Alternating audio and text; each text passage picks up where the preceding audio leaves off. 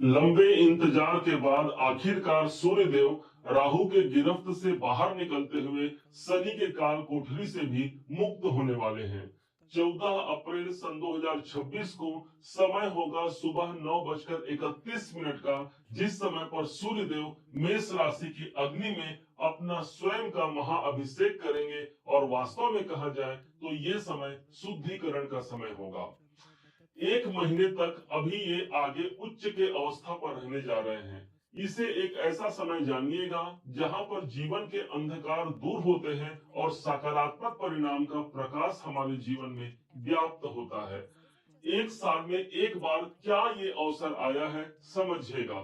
2 से 3 साल के समय को यदि जानना है कि कैसा होगा 2 से 3 साल, तो देख लीजिए शनि के गोचर को, आपको सब कुछ पता चल जाएगा। 1 साल के विषय में जानना है तो देव गुरु बृहस्पति सब कुछ बता देंगे।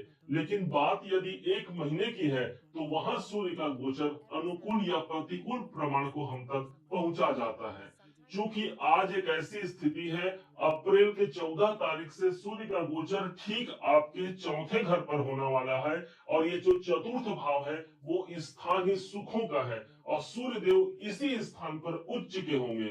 बात से ही यहाँ पर आपको समझ में आ रहा होगा कि चतुर्थ भाव यहाँ पर अपनी उच्चता को प्राप्त करेगा। व्यास ऋषि ने इन सूर्य के विषय में क्या कहा है कि जपा कुसुम संकासम कास्य पेयम महाद्युतिम तमो अरिम सर्व पापग्नम प्रणतो अस्मि दिवाकरम। अर्थात हम उस दिवाकर, उस सूर्य भगवान की वंदना करते हैं जो स्वयं अंधकार को दूर करते हुए पापों का हनन करते हैं और जीवन में आत्मविश्वास की वृद्धि कराते हुए एक नए उजाले का संचार करते हैं। उस हिसाब से चतुर्थ भाव यहाँ प्रभावी हुआ और साथ ही साथ आपके कैरियर का भाव भी प्रभावी होगा। कैसे, समझिएगा। चतुर्थ भाव आपके प्रॉपर्टी से जुड़े हुए किसी कार्य को पूरा करने के लिए अच्छी योजना आप बना सकते हैं। कोई जमीन जायदाद से जुड़े हुए कार्य पूरे नहीं हो रहे हैं या उनको लेकर के विवाद है, तो अब वहां पर सूर्य का एक भंडार प्रकाश वहां पर उपस्थित हो गया। चतुर्थ भाव ही वो स्थान है जो आपके पारिवारिक जनों का है। अब वहां पर प्रकाश आ गया, परिवार में मांगलिक कार्य के अवसर यहाँ पर हमको प्राप्त होते हैं। किसी का ब्याह होना, किसी के लिए शुभ संदेश आना, ये सब पारिवारिक कार्य हमारे पूरे होते हैं। क्योंकि अब खर मास की समाप्ति भी हो गई। 14 अप्रैल को जब सूर्यदेव मेष में प्रवेश करते हैं तो खर मास चला गया। खर मास अर्थात जो 16 संस्कार में जो विराम लगे हुए थे, शादी ब्याह में या फिर मुंडन संस्कार में या फिर गृह प्रवेश में, वो सभी मुहूर्त अब खुल जाएंगे और मांगलिक कार्य का दौर प्रारंभ हो जाएगा।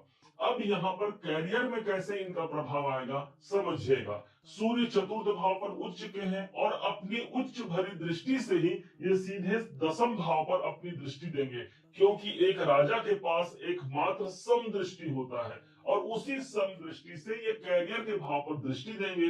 दसम भाव आपके कर्म क्षेत्र की सफलता को यहाँ पर प्रदर्शित करता है सूर्य के माध्यम से। कर्म क्षेत्र पर बड़ी सफलता का दौर यदि हम चाहते हैं, सूर्य का आशीर्वाद वहां पर हमको मिल गया। सूर्य को हम जोड़ते हैं गवर्नमेंट से, तो गवर्नमेंट अधिकारियों से, या आप गवर्नमेंट में जॉब कर रहे हैं या उससे जुड़ा हुआ कोई मामला फंसा हुआ है, तो यहाँ सूर्य की दृष्टि का पड़ना आपको शासन से लाभ दिलाने वाला होगा। यदि आप राजनीतिक फील्ड में हैं, सूर्य का समर्थन आपको मिलता है, राजनीति में भी एक सफलता का अवसर प्राप्त होता है। सूर्य को हम पोजीशन से जोड़ते हैं, ऊंचाई से जोड़ते हैं, तो हम अपने कर्म क्षेत्र पर एक पोजीशन को प्राप्त कर सकते हैं, एक ऊंचाई को प्राप्त कर सकते हैं। मानसिक रूप से जो हेडेक बना हुआ था, उस हेडेक से हम मुक्त होते हुए एक अच्छे सूर्य का प्रकाश प्राप्त करते हैं। चूंकि ये सूर्यदेव तीसरे पॉइंट के रूप में आपके सदैव के लिए अष्टमेश बनते हैं। अब अष्टमेश का तात्पर्य क्या हुआ? अष्टम भाव हमारे रुकावट और बाधाओं का है, लेकिन भूलिएगा मत, अष्टम भाव ही जीवन में परिवर्तन का होता है। मतलब ये सूर्यदेव जब चतुर्थ भाव पर रहेंगे तो जिनको स्थान परिवर्तन करना है, तो इस समय पर उनको वो योग बन सकता है। वो अपने स्थानांतरण का योग यहाँ पर प्रभावी रहेगा। यहाँ पर विशेष ध्यान देने की बात उन लोगों के लिए है जो लोग अपना स्थानांतरण नहीं चाहते या अपने निवास स्थान में बदलाव नहीं चाहते। तब क्या करना है? ध्यान दीजिएगा, भगवान श्री राम ने जब लंका पर विजय प्राप्ति के लिए समुद्र तट पर खड़े थे, तब उन्होंने सूर्य देव को ही आराधना किया था और भगवान सूर्य देव ने उनको आशीर्वाद दिया था। यही सूर्य देव आदि अनादि देवता है, अर्थात सतयुग में भी, द्वापर और हमारे कलयुग में भी यही सूर्य एक ही देवता है, जिसकी कृपा लेकर के हम लंका पर जैसे श्री राम ने विजय पाया था, उसी प्रकार हम अपने जीवन की जो कष्टमय स्थिति है उस पर विजय प्राप्त कर पाते हैं। कैसे सूर्य भगवान को प्रसन्न रखा जाए? ध्यान दीजिएगा, साक्षात आपके घर में बैठे हैं सूर्य देव, जो आपके पिताजी हैं। यदि लाख आपके सूर्य अच्छे हों गोचर में, लाख अच्छे हों आपके जन्म पत्रिका में, लेकिन घर के पिताजी यदि दुखी हैं, वो परेशान हैं, तो ये सूर्य देव आपको अच्छा प्रमाण नहीं दे पाएंगे। इसलिए अपने पिता का मान सम्मान रखना, उनके आंखों में आंसू न आने देना, इस सूर्य का महाअभिषेक होगा जो आपको सफलता के द्वार तक पहुंचा ही देगा। आदित्य हृदय स्तोत्र का पाठ करने से हम सूर्य को मजबूत बना रहे होते हैं। 12 नाम सूर्य के होते हैं, उनका जाप स्मरण करने से हम सूर्य को मजबूत बना रहे होते हैं। यही नहीं, सूर्य का संबंध हमारे घर में पूर्व दिशा में होता है, इसलिए सुबह उठ करके पूर्व दिशा की तरफ जाइए और वहां भगवान सूर्य दिख रहे हैं तो प्रणाम कर लीजिए, जल अर्पण कर दीजिए नहाने के पश्चात। नहीं दिख रहे हैं तो इसका मतलब ये नहीं कि सूर्य देव नहीं है, वो प्रतिदिन प्रातः सूर्य उदय के समय पर उदित होते ही हैं, हो सकता है कहीं पर दिखाई न दे। इसलिए सूर्य को हमेशा आराधना करें, अपने जीवन में भाग्य की उन्नति और बड़े पोजीशन को प्राप्त करें।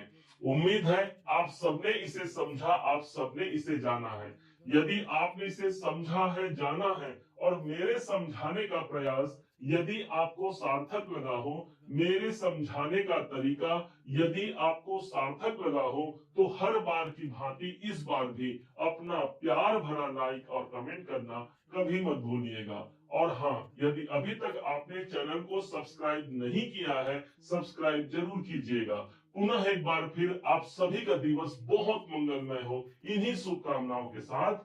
जय श्री राम।